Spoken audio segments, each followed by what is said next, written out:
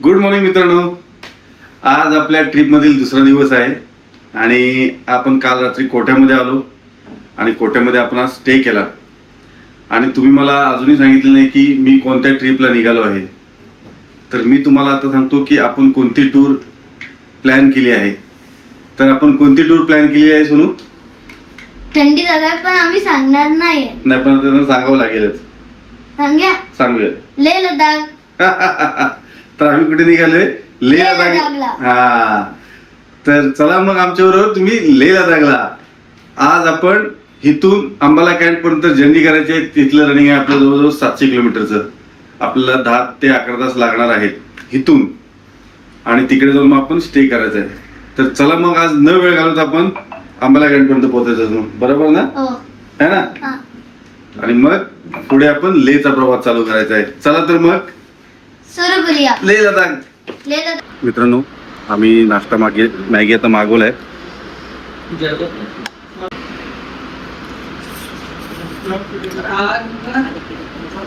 काय टेस्टी ठीक आहे. पण आहे.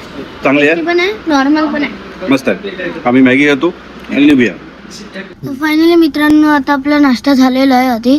आता आम्ही गाडीत असतोय. तर आपल्या मित्रांनो, आता आपण स्टार्ट करूया लेह लडाखचा प्रवास. बाहेर एवढी गरमी आहे. माझ्यामध्ये टेम्परेचर आत्ताच इथलं तुम्हाला सांगतो, 1 सेकंड आहे का. राजस्थानमध्ये 34 आणि वाजलेत सकाळी 8:30. 34 टेम्परेचर आत्ता आहे. भासते अंग. आपल्या महाराष्ट्रात त्यामुळे कमी आहे. राजस्थानात खूप गरमी आहे आत्ता. चला आता आपण निघूया. अंबाला कॅम्प करता प्रवास आपला चालू करूया. गळा सुकते उन्हाळी हा, मित्रांनो. Let's go. हॉटेलमधून आपला 1 मिनिट झाला तर निघालो. 1 मिनिट पण नाही अजून झालंय. 5-7 सेकंड झाले. आता आपल्याला 1-2 किलोमीटरवरती आपल्याला लगेच टर्न घ्यायचा आहे. आता बघा, आजचा आपल्याला किती टायमिंग दाखवतोय बघा. दिल्लीमध्ये आपल्याला पोहोचायला आपल्याला 6 तास दाखवतोय अजून टायमिंग. 480 किलोमीटर आहे. ओके. आणि आता लगेचच एक्सप्रेसवेला 1.9 म्हणजे 2 किलोमीटरवरती आपल्याला लेफ्ट टर्न घ्यायचा आहे. आपण काल कोट्यामध्ये राहायला गेलो असतो ना, तर आपल्याला एक्सप्रेसवे कुठून भेटला असता, काय भेटलं असं माहिती नसतं पडलं आपल्याला. पण हे आपल्या इथले इथे बेस्ट झालं. आपलं डिझेल वाचला, आपला वेळ वाचला. रूम पण आपल्याला बऱ्यापैकी मिळाली. रूमचे 1200 रुपये त्यांनी आपल्याकडून घेतले. त्यानंतर जेवण वगैरे ते एक साधारणतः 350 कालचं झालं. आणि इतर खर्च जो आपला दिवसभराचा आहे, डिझेल, नाश्त्याचा वगैरे, माझ्यामध्ये तो एक 5-6 हजारापर्यंत तो गेला. म्हणजे कालचा सगळा ओव्हरऑल बजेट म्हटलं तर 7-7.5 हजारापर्यंत आपला बजेट सगळा गेलेला आहे. आज आपले किती रुपये जातात, काय जातात ते आता आपण आज चेक करूया. आपल्याला आज अंबाला कॅम्पमध्ये आपल्याला पोहोचायचं आहे कसंही करून. आणि आज तिकडे स्टे घ्यायचा आहे. एक्सप्रेसवेला जाण्यासाठी.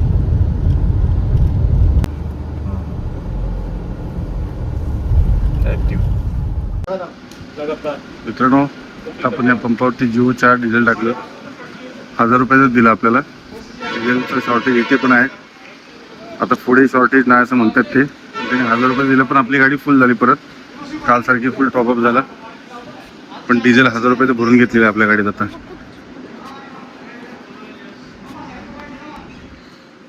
डिझेलचा प्रॉब्लेम आता इथे देखील होता, राजस्थानमध्ये आहे. आपल्याला फक्त त्याने 1000 रुपयाचं डिझेल दिलं आणि आपली गाडी काल आपण जेव्हा एमपीत टाकलं तेव्हा आपली गाडी फुल झाली होती. आणि आता तिथून एमपीतून राजस्थान आलो, आपली गाडी 1000 रुपयात फुल झाली. आपल्या गाडीला ॲव्हरेज चांगला असल्यामुळे आपला प्लस आहे. पण त्यांच्या गाडीनं ॲव्हरेज नाही, त्यांना तर डिझेल 1000 रुपयाचं पुरणारच नाही. तर त्यानं थोडं ह्या वेळेला थोडं केअरफुलीच बाहेर पडा. पण ठीक आहे, आता आपली गाडी आता फुल झालेली आहे. ह्याच्या पुढे प्रॉब्लेम नाही असं म्हणतात. दिल्लीमध्ये वगैरे प्रॉब्लेम नाही आहेत. तरी आता बघूया आपण. Let's see. चला.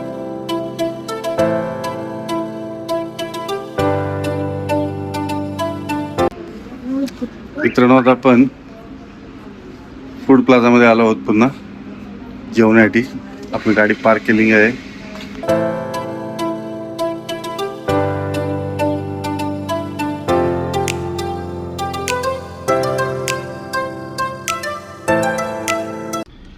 मित्रांनो, आता आपलं जेवण झालेलं आहे आणि आता आपण पुन्हा निघालो. वाजलेले आहेत 1:15. एवढी गरमी आहे की तुम्ही बाहेर थांबू शकत नाही. एवढं ऊन जबरदस्त आहे. त्यामुळे मी काय बाहेर थांबलो नाही माहिती द्यायला तुम्हाला बिलकुल पण आता, कारण का आपण एवढी गरमी नाही सहन करू शकत, भयानक गरमी आहे. आणि काय होतं, आपण गाडीत एसीत बसलेलो असतो आणि आपण उतरतो, त्यामुळे आणखीन आपल्याला ती गरमी जाणवते, जास्त प्रमाणात जाणवते. त्यामुळे म्हटलं तुम्हाला मी आतमध्ये बसल्यावर सगळी माहिती आता सांगेन. चला मग आता आपण अंबाला कॅन्टला जायला निघूया.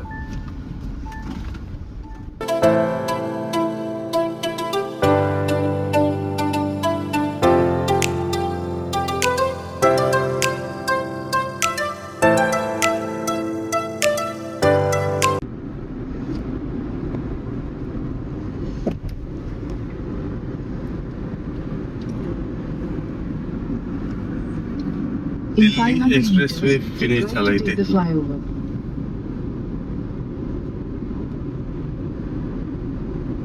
दिल्ली एक्सप्रेस वे आहे ना, इथे संपला.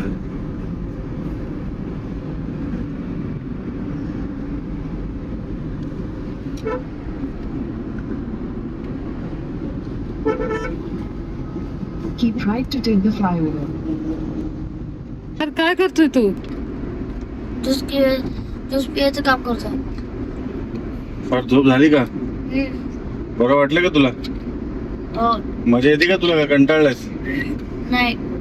नाही ना, मग तू मजा करतो मग सोनू रे. गुड. आता मी वायफरचं पाणी मारतोय तर पाणी काही बाहेर पडत नाहीये, येत नाहीये.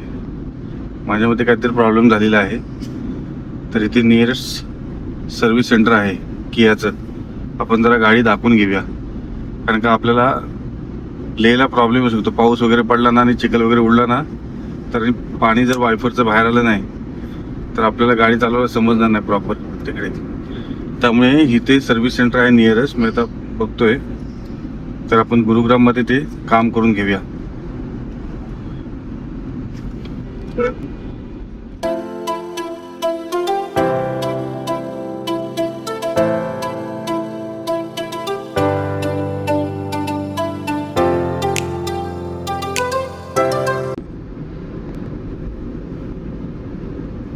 मित्रांनो, भौतिकीतून ना अंबाला लेफ्ट आहे, पण अजून आपल्याला एकही बोर्ड दिसलेला नाही अंबाला.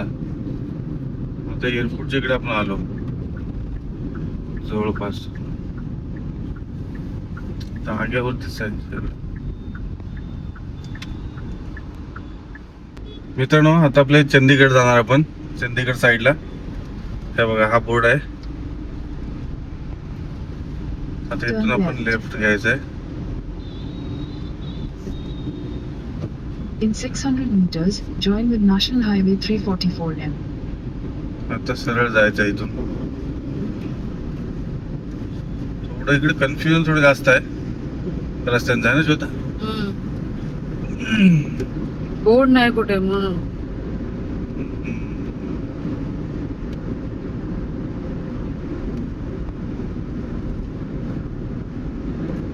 आता इथे बोर्ड काय दिसते बघ,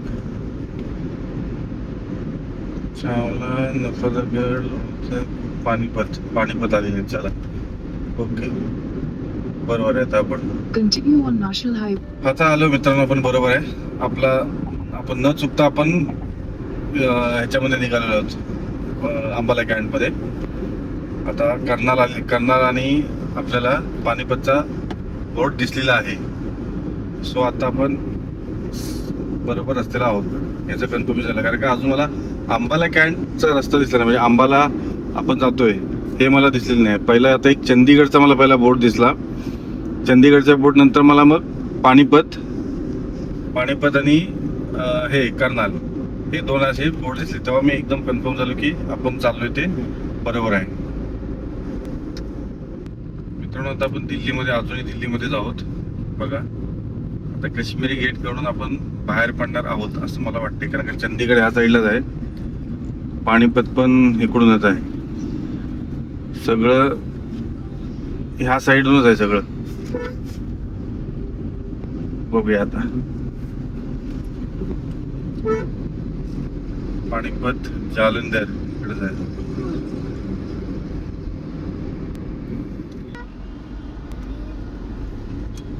ट्रकला बघा आग लागली वाटते काहीतरी, दिसतच नाही काय मला. बाप, पूर्ण जळून गेलं यार. युटर्न मारून आहे पुढे त्या साईडला, राईट साईडला.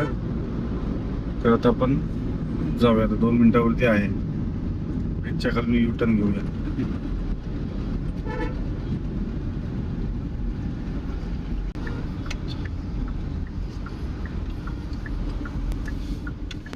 कियाचं शोरूम आलंय मित्रांनो. Turn left, then ते drive at your बहुतेक ऑलमोस्ट destination. शोरूम आहे तिथे. त्यामुळे मला जरा अंदाज आला की कियाचं पण इथेच असावं.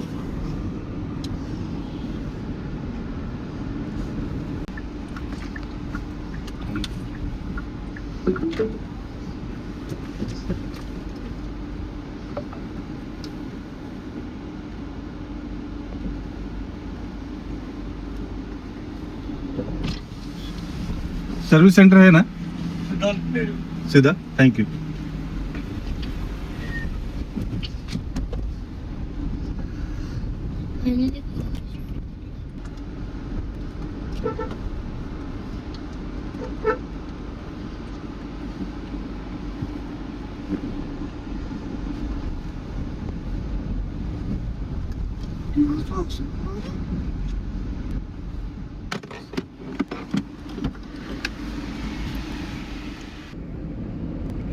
तर आपण शोरूमला गेलो. आपल्याला भारी झालं काम. आपलं काम लगेच झालं. आपलं पाणी यायला चालू झालं.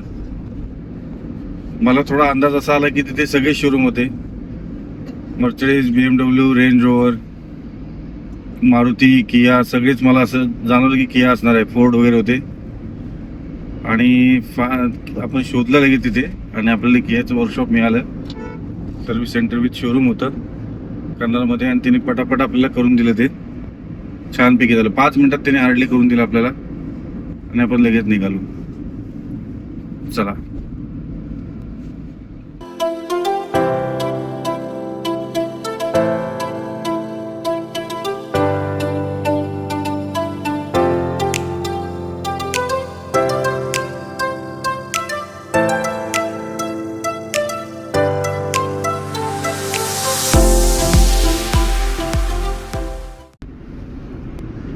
कुरुक्षेत्रमध्ये आता आपण जस्ट पोहोचलो आहोत. जे महाभारतामध्ये युद्ध झालं, महाभारत, ते हे कुरुक्षेत्र.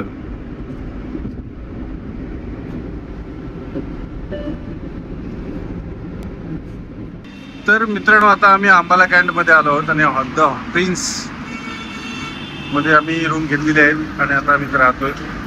ती गाडीने पार्क केलंय. बरोबर 8 वाजता पोहोचतो आपण बघा. आणि हा बाजूलाच हायवे आपला. हा इकडे जे ट्रॅक्टर गेलेले दिसत आहेत तिकडे दिल्ली.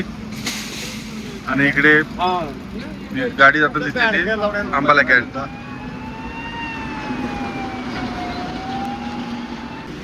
फायनली मित्रांनो, आता आपण अंबाला कॅन्टला पोहोचलो आहोत.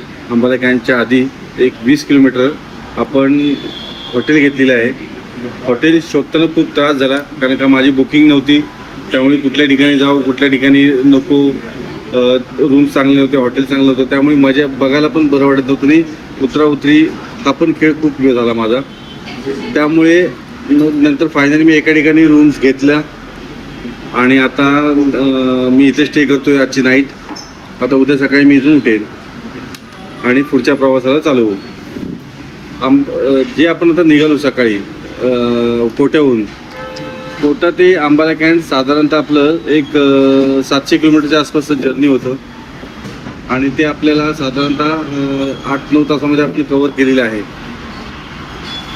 आपण सकाळी 8:30 वाजता निघालो आणि इथे संध्याकाळी आपण 7:30 वाजता पोचलो. ठीक आहे. एवढा काही त्रास नाही आतापर्यंत. फक्त गाडी मी एकट्याने चालवली त्यामुळे मला एवढं काय मला अजून वाटलं नाही. पण ठीक आहे, गाडी मी एकट्यानेच चालवली आता, कोण दुसरा पार्टनर नसल्यामुळे. तुम्ही जेव्हा कुठे ह्या लॉंग जर्नीला याल तेव्हा तुमच्यावर 2 जण कंपल्सरी ठेवा. एकटा माणूस कंटाळू शकतो, तसू शकतो. एवढी जर्नी करणं सोपं काम नाही आहे. सेकंड आणखीन एक आम्हाला प्रॉब्लेम असे फेस झाले की डिझेल. MP आणि राजस्थानमध्ये डिझेलचे प्रॉब्लेम्स खूप आहेत. त्यामुळे डिझेल तिथे अवेलेबल होत नव्हतं. मी 20-20 लिटर, 10-10 लिटर, 1000 रुपयाचा मी टाकून मी पुढे आलो. आणि दिल्लीमध्ये प्रॉब्लेम नाही आहेत, दिल्लीमध्ये अवेलेबिलिटी आहे बऱ्यापैकी. आता उद्या इथे अंबालाला कशी आहे अवेलेबिलिटी डिझेलची आहे की नाही, किती आहे ते उद्या मी आता बघेन. आणि उद्या इथून मग मी मनालीकडे टांडीकडेच निघेन मी प्रवासाला, लेह लडाखच्या दिशेने. तर आजचा व्हिडिओ मी इथे थांबवतो. कसा वाटला माझा आजचा व्हिडिओ हे मला तुम्ही नक्की कमेंट करून कळवा. कसा माझा प्रवास झाला, त्याच्यामध्ये कशा पद्धतीने मी प्रवासाने आलो हे तुम्ही बघितलंच. तर कमेंट करा, लाईक करा, शेअर करा, सबस्क्राईब करा आणि पुढच्या एपिसोडसाठी चॅनलला बघत राहा. Thank you for watching my channel. Bye bye, good night, take care.